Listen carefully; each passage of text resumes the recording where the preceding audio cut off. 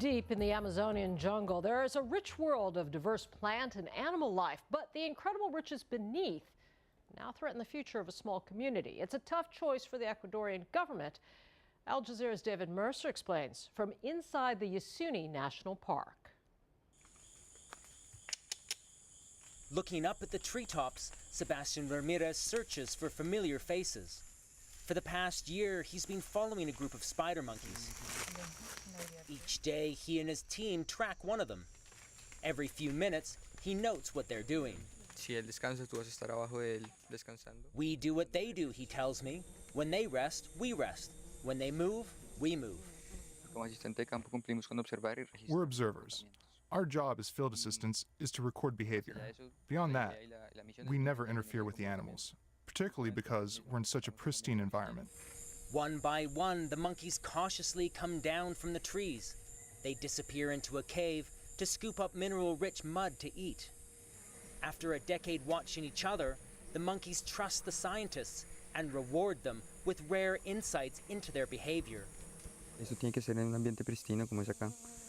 This could only happen in an untouched environment like we have here. We couldn't have a study like this anywhere else. YASUNI National Park is unique. It's regarded as the most biodiverse place in the world, a refuge to more than 20 types of endangered mammals.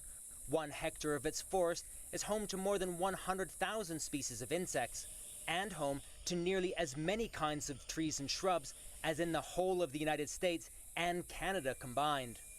But this incredible natural richness is at risk. Ecuador's government had said it wouldn't drill for oil in an untouched section of YASUNI. In exchange, it demanded $3.6 billion from developed countries, but it received just $13 million. President Rafael Correa then announced oil extraction would go ahead. Juani and Umberto know all about oil. Once, these Guarani tribesmen lived off the surrounding forest and river alone. But little by little, they've seen their traditional way of life whittled away. Now they carve blowguns and spears to sell to passing tourists as souvenirs. They blame the changes on the arrival of oil 2 decades ago. The oil companies talk about helping us, but it's a lie. They only help people who work for them. For us, there's more sickness. The Guarani aren't the only ones worried about the new drilling. A few hours upriver lies the poor town of Coca, the hub of Ecuador's oil industry. For more than 4 decades, people here have lived side by side with oil. And while the industry drives the local economy, it's had its price.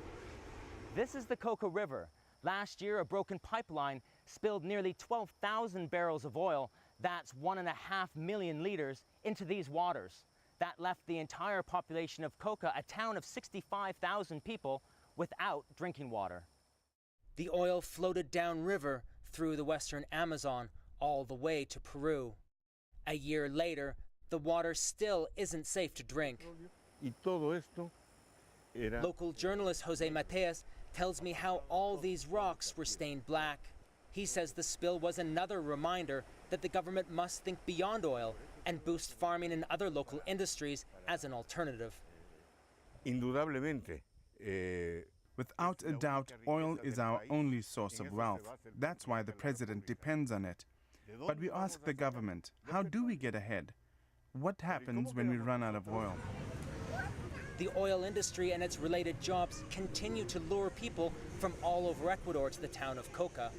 But everyone we spoke to complained that decades of oil production have failed to improve their lives. I've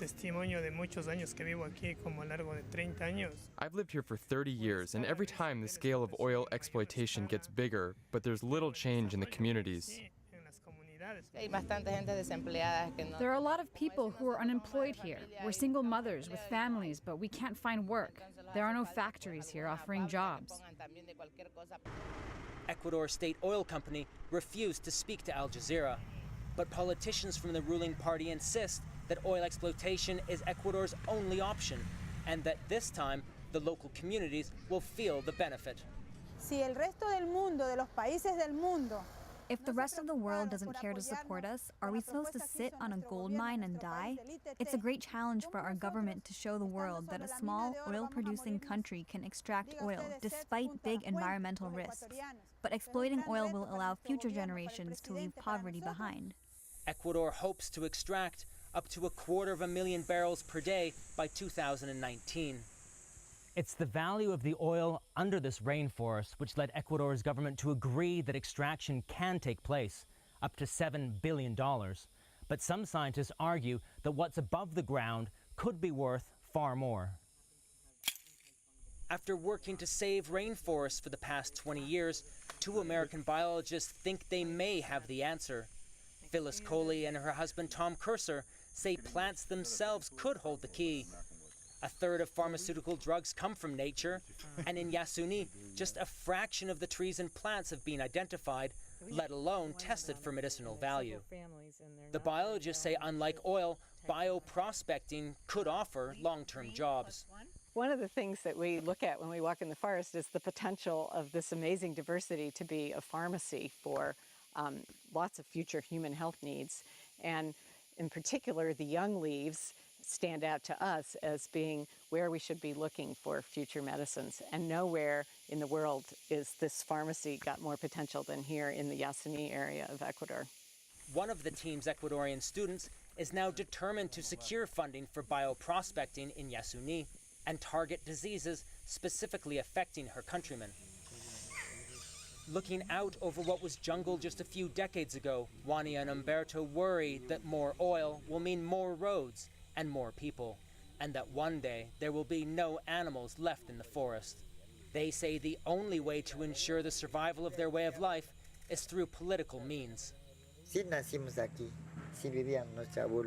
We were born here. Our grandparents were born here. We want the government to make this territory legally ours.